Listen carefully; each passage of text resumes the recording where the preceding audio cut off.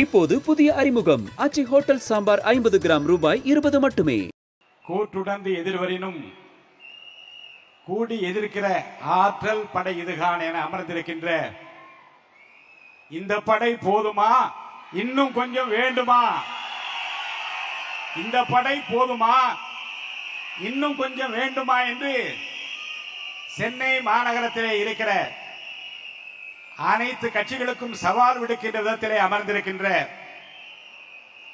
உழைப்பால் உங்களை நாங்கள் கோட்டைக்கு அனுப்புவோம், கோட்டையிலே கோலோச்சுகின்றவர்களை வீட்டுக்கு அனுப்புவோர் வரைக்கும் ஓய மாட்டுவோம் என்று சூளுரைத்து சொல்லுகிற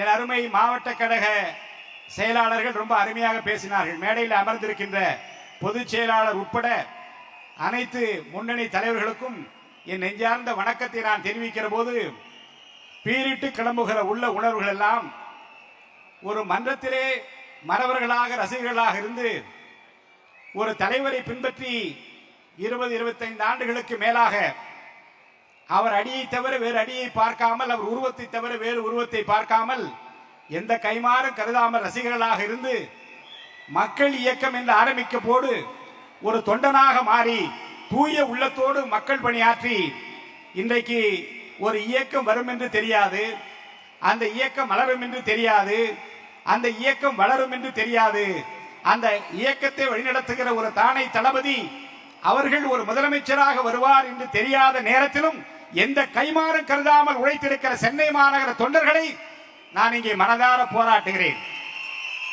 இங்கே அருமை மாவட்ட கழக செயலாளர்கள் மிடுக்கோடு பேசினார்கள், ஏற்றத்தோடு சவால் விட்டு கேட்டார்கள். காவல்துறைக்கு தாங்கள் ஆற்றிய பணியை சொன்னார்கள்.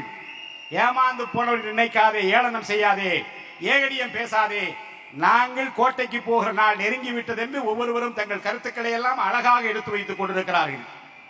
மாவட்ட கழக செயலாளர்கள் தான் ஒரு கட்சிக்கு தூண். மாவட்ட கழக செயலாளர் தான் இந்த இயக்கத்திற்கு பெருமை. அந்த பெருமையை சுமந்து கொண்டிருக்கிற நம்முடைய மாவட்ட கழக செயலாளர்கள் சென்னை மாநகரம் முழுவதும் எத்தகைய பணிகளை ஆற்றிக் கொண்டிருக்கிறார் என்பதை வருகின்றிருக்கிற அத்தனை தொண்டர்களின் கரவொலியே காட்டுகிறது. கரவொலி காதை பிளக்கிறது என்றால் இந்த விசில் சத்தம் எல்லா சின்னங்களையும் விஞ்சி நிற்கிற காட்சியை என்னாலே பார்க்க முடிகிறது. சென்னை மாநகரம் கோட்டை என்கிறார்கள். எனக்கு ஒரு வசனம் தான் ஞாபகம் வந்தது.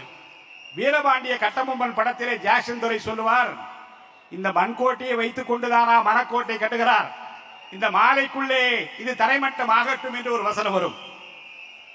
அவர் செய்தது நியாயம் அல்ல. ஆனால் நான் சொல்லுகிறேன், சென்னை மாநகர திராவிட முன்னேற்ற கழகத்தின் கோட்டை என்போருக்கு சொல்லுகிறேன், இது மண்கோட்டை தான் என்பதை தளபதி நிரூபிக்கின்ற நாள் அதிக தொலைவில் இல்லை என்பதை உங்கள் உழைப்பு காட்டிக் கொண்டிருக்கிறது. உற்சாகத்தோடு பணியாற்றி கொண்டிருக்கிற அந்த தொண்டர்களுக்கு நான் அன்போடு ஒன்றை சொல்லுவேன். ஏற்கனவே நம்முடைய அன்பு தலைவர் கட்டளையின்படி நான் பேசுகிற போது குறிப்பிட்டு சொன்னதுதான், ஒன்றுபட்டால் தான் உண்டு வாழ்வு. ஒரு சின்ன கதையை சொல்லி நான் என் உரையை முடிக்கின்றேன். 4 மாடுகள் அழகாக பயிரை மேய்ந்து கொண்டிருக்கிறது. பயிரை மேய்ந்து கொண்டிருக்கிற அந்த மாடுகளை தீர்த்து கட்டுவதற்காக சிங்கமும் புலியும் நேரம் பார்த்து கொண்டிருக்கிறது. ஆனால் 4 மாடுகளும் சேர்ந்து தாக்க வருகிற சிங்கத்தை 4 மாடுகளும் சேர்ந்து முட்டி தள்ளுகிற போது ஓடி போகிற சிங்கம் உட்கார்ந்து பார்க்கிறது. எப்படியும் வீழ்த்தியாக வேண்டுமே, எப்படி வெற்றி பெற்றாக வேண்டுமே, இந்த இறையை முடித்தாக வேண்டும் என்று நரியை பார்த்து கேட்கிறது, நீ ஒரு யோசனை சொல்லு. நீ நயமாக பேசி, நய வஞ்சகமாக பேசி ஒவ்வொருவரையும் தனித்தனியாக பிரித்து விடு. ஒன்றாக இருந்தால் தானே நம்மை வீழ்த்துவார்கள், ஒன்றாக இருந்தால் தானே நாம் இறை பெற முடியாது. இவர்களை தனித்தனியாக பிரித்து விட்டோம் என்றால் நீ செய்ய முடியும் நரியே என்று அவர்கள் நரி சொன்ன யோசனையை கேட்டுக்கொண்டு 4 பிரித்து பார்க்கிற அந்த முயற்சியிலே வெற்றி பெறுகின்றார்கள். என்ன நடந்திருக்கும்? ஒன்றாக இருக்கிற போது வீழ்ந்து விட்ட சிங்கமும் புலியும் சிறுத்தை புலியும் தனித்தனியாக பிளவுபடுகிற போது அங்கே வீழ்ந்து போகிற ஒரு காட்சி. ஒரு தந்தை அழைக்கிறார், தன்னுடைய மகன் கையிலே 3 பேர் கையிலும் குச்சியை கொடுக்கிறார், கட்டி முடிக்கப்பட்டிருக்கிற குச்சியை கொடுக்கிறார். இதெல்லாம் சின்ன வயதிலே படித்தது, பள்ளிக்கூடத்திலே பயின்ற பாடம். அந்த கட்டையை எடுத்து கட்டி வைத்திருக்கிற கட்டையை உடைத்து பாருங்கள் என்று ஒரு மகனிடம் கொடுக்கிறார். அவன் உடைக்க பார்க்கிறான், முடியவில்லை.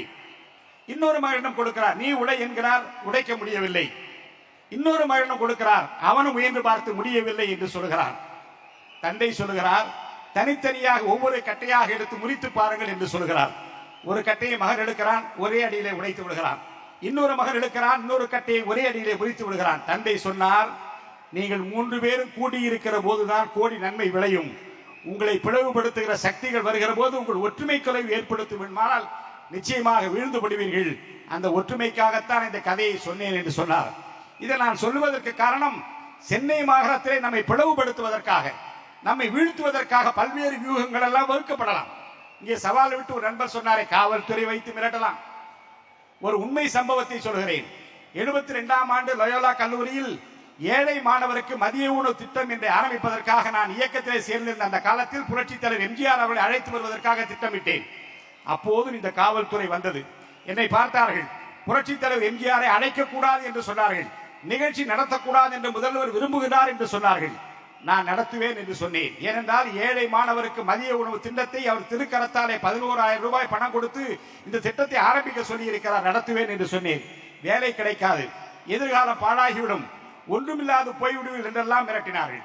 ஆனால் நான் சொன்னேன், நிச்சயமாக விழா நடக்கும், இத்தோடு படிப்பே முடிந்தாலும் பரவாயில்லை, நான் அவர் பக்கம் நிற்பேன் என்று சொன்னேன். என் தாய் தந்தையரை பார்த்தார்கள். அவர்களை பார்த்து மிரட்டினார்கள். உங்கள் மகன் எதிர்காலம் பாதிக்கப்படும், குடும்பமே பாடாக போய்விடும், அடுத்தடுத்து குழந்தைகள் இருக்கிறது, யோசித்து பாருங்கள் என்று மிரட்டினார்கள். என் தாய் தகப்பன் சொன்னார்கள், என் மகன் திருடன் என்றால் திருத்திக் கொள்ள சொல்கிறேன், என் மகன் கொலைகாரன் என்றால் அவனை நீங்கள் நிச்சயமாக தண்டனை கொடுக்கலாம், எந்த தவறும் செய்யாமல் ஒரு தலைவர் பின்னாலே போகிறான் என்பதற்காக மிரட்டுகிறே, ஆனால் என் மகன் செய்வது நியாயம் என்று அவன் பக்கம் நிற்போம் என்று தாயும் தகப்பனும் சொன்னார்கள். இதை நான் சொன்னதற்கு காரணம் என்ன என்றால், பின்னாலே ஒரு அதிகாரி வந்தார். என்னை தனியே அழைத்து கொண்டு போனார். லயோலா கல்லூரி வளாகத்திலே இருக்கிற தனி அறைக்கு அழைத்து சென்று உட்கார வைத்து 1/2 மணி நேரம் என்னை மிரட்டினார். என்ன சொன்னார் என்றால், ஏம்பா நீங்கள்லாம் படிச்சவங்க, நீங்கள்லாம் விவரம் தெரிந்தவர்கள், எதற்காக இந்த நடிகர் பின்னாலே போகின்றீர்கள் என்று என்னை கேட்டார். என்ன கொள்கை தெரியும், என்ன கோட்பாடு தெரியும் என்று கேட்டார். நான் அமைதியாக கேட்டுக் கொண்டு விட்டு ஒரே ஒரு பதிலை சொன்னேன். பொது வாழ்க்கைக்கு வருகின்றவர்கள் நல்லவர்களாக இருக்க வேண்டும். நான் ஒருவரை நல்லவராக பார்க்கிறேன், அது புரட்சித் தலைவர் எம்ஜிஆர். இன்னொருவரை கெட்டவராக பார்க்கிறேன், எனவே நல்லவர் பின்னாலே நிற்கிறேன் என்று நான் சொன்னேன். இன்றைக்கு நான் பார்க்கிறேன், 72க்கு பிறகு இந்த தமிழ்நாடு இன்றைக்கு கண்டுபிடித்திருக்கிற ஒரு மாபெரும் தலைமைதான், அண்ணன் நல்லவர் தான், வல்லவர் தான் தளபதி விஜய் என்பதை இந்த நாடு ஏற்றுக்கொண்டிருக்கிறது. என் அருமை சென்னை மாநகரத்து செயல் வீரர்களே, என் அன்பு சகோதரர்களே, சகோதரிகளே, மீண்டும் சொல்லுகிறேன், வீழ்த்த முடியாத கோட்டை அல்ல இந்த சென்னை மாநகரம். வியப்பாலை விழிகளை உயர்த்துகிற அளவிற்கு ஒரு மாபெரும் மக்கள் சக்தி உங்கள் பக்கம் இருக்கிறது. நீங்கள் முயன்றால் முடியாது ஒன்றுமே கிடையாது. சென்னை வீழ்ந்தால் தமிழ்நாடு வீழ்ந்தது. சென்னை வீழ்ந்தால் தமிழ்நாடு முழுவதும் ஆர்ப்பரித்து நம்ம தொண்டர்கள் ஊக்கம் பெறுவார்கள், ஆக்கம் பெறுவார்கள். இந்த செயல் வீரர் கூட்டம் தான் தமிழ்நாட்டுக்கு முதல் கூட்டம். ஆனா இந்த மொழியை கொண்டிருக்கிற மாவட்ட செயலாளருடைய அந்த பேச்சுக்களை எல்லாம் கேட்டால் எவ்வளவு தியாகம், எவ்வளவு கஷ்டம், எவ்வளவு பொருளாதார நெருக்கடி, எதையும் சொல்லாமல் கையிலே காசு இல்லாவிட்டாலும் கூட மாசு மறுவற்ற இதயத்தோடு என் தலைவனுக்காக, தளபதிக்காக நான் எதையும் செய்வேன் என்கின்ற அந்த ஊக்கத்தோடு வந்திருக்கிற உங்களை எல்லாம் நான் மனதார பாராட்டுகிறேன். என்ன கைமாறு செய்ய போகிறோம், என்ன கைமாறு செய்ய போகிறோம்? நீங்கள் உழைப்பால் அவரை உயர்த்தி கொண்டிருக்கிறீர்கள். ஆட்சி வரும், முதலமைச்சராக அமர்வார், இந்திய நாடு கண்டிராத ஒரு மாபெரும் வெற்றி அவர் பெறக்கூடிய நாள் நெருங்கிக் கொண்டிருக்கிறது. மனதில் வைத்துக் கொள்ளுங்கள்.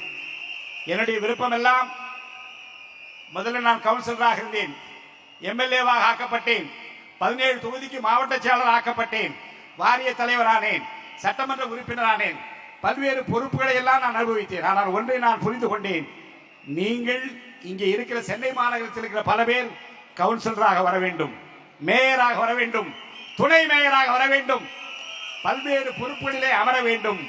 உங்களின் எதிர்காலம் மக்கள் பணி ஆற்றுவதற்காக இறைவன் உங்களுக்கு கொடுத்திருக்கிற இந்த பதவிகள், நம்மை நம்பி இருக்கிற தலைவருக்கு விசுவாசமாக இருக்க வேண்டும் என்பதற்காக நீங்கள் பெற்றிருக்கிற இந்த பதவிகள் மக்களை நோக்கி செல்லட்டும், மக்கள் பணிக்காக செல்லட்டும். மக்கள் பணி ஆற்றுவதிலே நம்முடைய மக்கள் இயக்கத்தை சார்ந்த உங்களுக்கு தளபதி, போற்றுதலுக்குரிய வணக்கத்திற்குரிய தளபதி விஜய் அவர்களுக்கு கிடைத்திருக்கிற கொள்கை தங்கங்களைப் போல வேறு எந்த கட்சியும் கிடையாது. நான் எழுதி தர முடியும்.